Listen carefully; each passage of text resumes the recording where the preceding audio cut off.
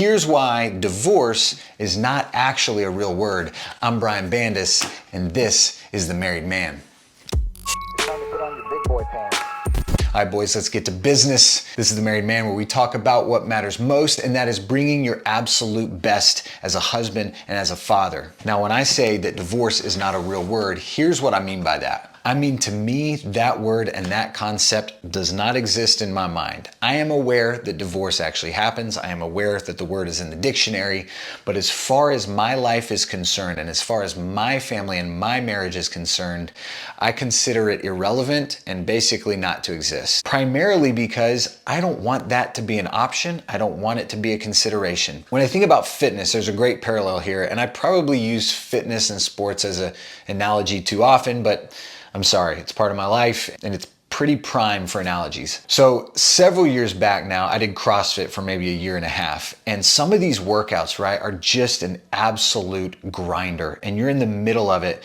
And the only way to be done is to finish the workout, unless you just want to quit right in the middle and you want to be that guy. Well, I'm not going to quit in the middle of the workout. I'm just going to grind through, and it just hurts the whole time, right? But when it becomes really painful is when I start imagining I could just stop, and I start having this inner argument and debate and this like turmoil of like trying to make myself keep going. That makes it way worse than just knowing I'm not stopping until it's done, so just keep going. And I'm not thinking about quitting or stopping and trying to talk myself into continuing. I just keep going. When it's not an option to just quit, then your brain goes elsewhere and it goes to problem solving.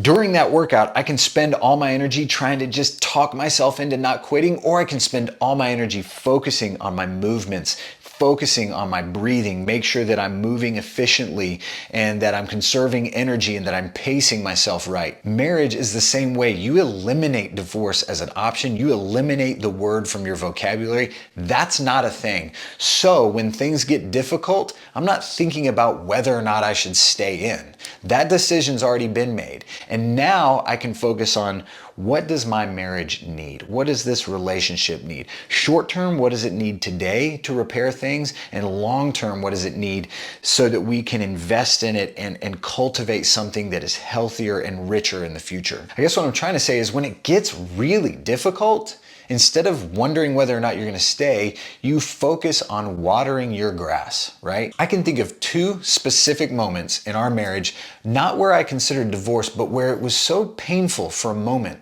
that I thought to myself, oh, for other people, this must be when they start thinking about that. This is that painful to me. And I understand how it can be so painful that somebody would not want to continue, right? I think anyone who's married has at least observed that type of moment where it just really hurt. It's part of marriage. Now, the beauty is, in those moments, because I knew I'm not going anywhere, then I was able to exert my energy and my thoughts and my focus on what is happening, what has caused this disconnection, what has caused this pain. You know, what do I need that I'm not getting? What does she need that I'm not giving? And we as a couple were able to uncover things that needed attention. And the result has been a better marriage and a more fulfilling marriage and a better relationship. And so the beauty is that the better marriage came out of those moments of conflict, but they only come out of those moments of conflict if you stay in and your focus is on, how do we improve this relationship? Not, should I stay or should I go? You know, I was thinking about singing that, but I'm not going to do it. So when you come to those painful moments, the word divorce is not real. It doesn't exist. It's not an option.